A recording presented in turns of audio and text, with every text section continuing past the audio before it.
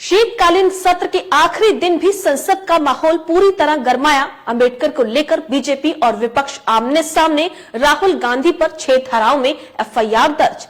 नमस्कार, मैं दीपिका। संसद के शीतकालीन सत्र का शुक्रवार यानी आज आखिरी दिन है। लोकसभा की कार्यवाही अनिश्चित काल के लिए स्थगित कर दी गई है।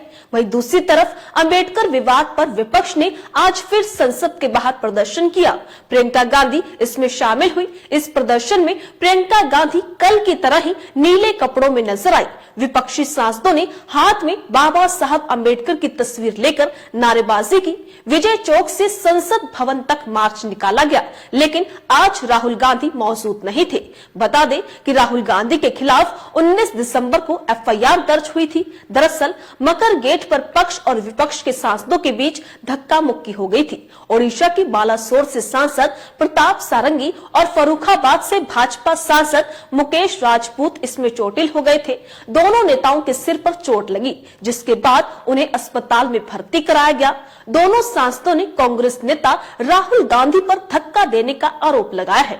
बीजेपी ने राहुल गांधी के खिलाफ हत्या की कोशिश, धमकाने, धक्का देने के आरोप समेत बीएनएस की 7 धाराओं में पुलिस को शिकायत दी थी। हालांकि पुलिस ने धारा 109 हटाकर 6 धाराओं में एफआईआर दर्ज की है।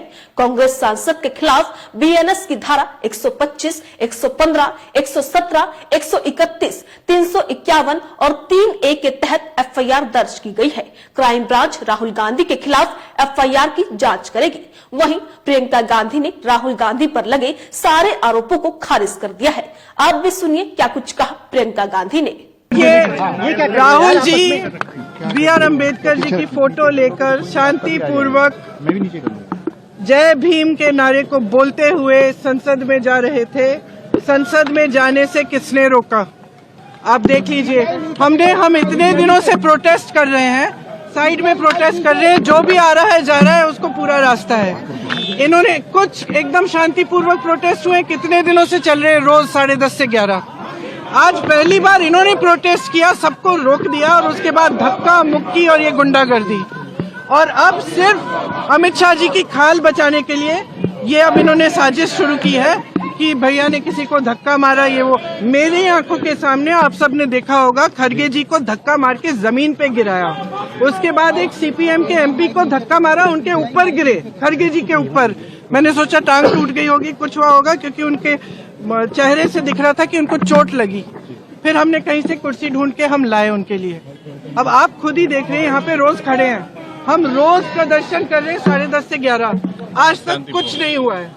ये सब साजिश है। इनसे हमने पूछा, ये जो हमें रोक रहे थे, हिम्मत है तुम्हारे में? अगर अंबेडकर जी को चाहते हो, जय भीम बोलो। जय भीम का नारा क्यों नहीं निकल सकता इनके मुंह से? झूठा एफआईआर। राहुल जी कभी किसी को पुश नहीं करेंगे। मैं उनकी बहन हूँ, इतने सालों से मैं जानती हूँ, कभी इस तरह की हरकत कभी कर ही नहीं सकते। और फ्रैंकली देश भी जानता है, देश देख रहा है कितने डेस्परेट हो गए हैं ये लोग कि इस तरह की फालतू के एफआईआर लगा रहे हैं, क्योंकि सिंपली अडानी पे चर्चा नहीं चाहते।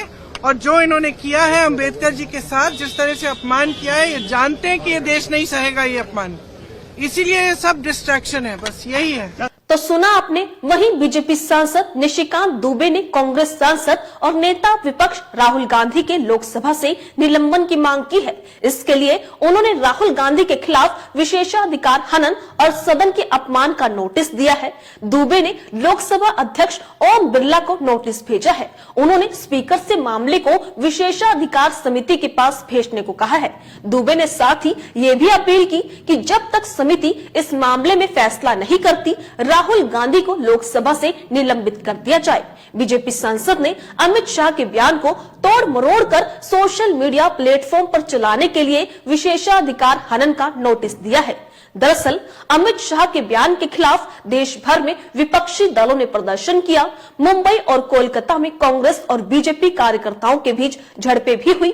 मुंबई में हालात इतने बिगड़ गए कि पुलिस को लाठीचार्ज तक करना पड़ा।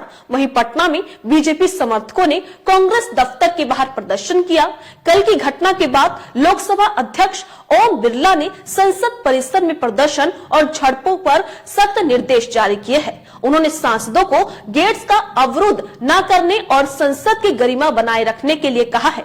तो आप देख सकते हैं कि संसद के शीतकालीन सत्र की आखिरी दिन शुक्रवार को भी बीजेपी और कांग्रेस आमने सामने है। दोनों पार्टियों ने विरोध प्रदर्शन किया, जहां एक तरफ पूरा विपक्ष गृह मंत्री अमित शाह के इस्तीफे की मांग कर रहा है, तो वहीं दूसरी तरफ बीजेपी ने राहुल गांधी पर बीएनएस की 6 धाराओं में एफआईआर दर्ज की है। क्राइम ब्रांच राहुल गांधी के खिलाफ एफआईआर की जांच करेगी। साथ ही बीजेपी सांसद निशिकांत दुबे ने राहुल गांधी के खिलाफ प्रिविलेज मोशन पेश किया है। संसद के शीतकालीन सत्र का आज आखिरी दिन है। अगर देखा जाए तो इस शीतकालीन सत्र पर कोई ऐसा मुद्दा नहीं उठा जो जनता की आर्थिक स्थिति को लेकर हो, सिवाय सत्ता पक्ष बीजेपी और विपक्ष की आरोप प्रत्यारोप के अलावा कोई ऐसा मुद्दा नहीं रहा जिसमें किसी ने भी जनता का कोई मुद्दा उठाया हो। पूरे सत्र में बस ये दिखाई दिया कि हर कोई बस अपनी पार्टी के पक्ष में बोला, किसी ने भी जनता की बात नहीं की, चाहे वो शिक्षा की बात हो, बेरोजगारी की बात हो, स्वास्थ्य की बात हो या फिर अपने देश की कानून व्यवस्था की बात हो। ऐसे मुद्दे पर किसी ने ना सोचा ना ऐसे मुद्दे पर कोई बात की। जहां तक देखा जाए तो हमारे देश की जनता सबसे ज्यादा इन सबसे ज्यादा जूझ रही है, क्योंकि आज देश में बेरोजगारी सबसे ज्यादा है, गरीबों को इलाज नहीं मिल पाता और कानून की बात तो क्या करें। वो तो आज हाल ही में आप AI engineer Atul Subhash suicide case से ही अंदाजा लगा सकते हैं, जिसमें कानून की रक्षा करने वाले अधिकारी ही 5 लाख की रिश्वत मांग लेते हैं, जो कि देश के लिए बहुत ही दुर्भाग्यपूर्ण है। इससे बिल्कुल अलग इस संसद सत्र में बात हुई तो बस विपक्ष और सत्ता पक्ष की, दोनों एक दूसरे पर आरोप लगाते हुए नजर आए। खैर, इस संसद सत्र को लेकर और राहुल गांधी के खिलाफ जो केस दर्ज हुए हैं उसे लेकर आपकी क्या राय है? अपनी राय कमेंट बॉक्स में लिखकर हमें जरूर बताइएगा। इसी तरीके से देश और दुनिया से जुड़ी हर छोटी से बड़ी अपडेट के लिए FBN यानी फ्रंटलाइन ब्रेकिंग न्यूज के साथ बने रहिएगा। धन्यवाद।